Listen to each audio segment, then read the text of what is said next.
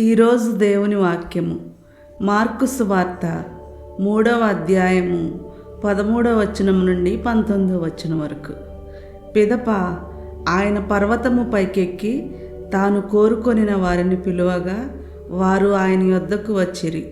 తనతో నుండుటకును సువార్త ప్రకటనకును పంపుట కొరకును ఆయన 12 శిష్యులను నియమించెను. వారికి అపోస్తలులు అని పేరు పెట్టెను.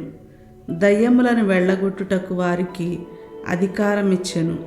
ఆ 12 ఎవరనగా పేతురు అనబడు సీమోను, జబదాయి కుమారుడగు యాకోబు, అతని సోదరుడు యోహాను. ఆయన వారికి బోవనెర్గీసు అని పేరు పెట్టెను. దీనికి ఉరిమెడివారు అని అర్థము. ఆంద్రియా, ఫిలిప్పు, బర్తలోమయి, మత్తయి, తోమా, అల్ఫయి కుమారుడగు యాకోబు, దయి, కనానీయుడగు సీమోను, ఆయనను అప్పగించిన యూదా ఇస్కరియోతు. ఇది క్రీస్తుని సువిశేషము.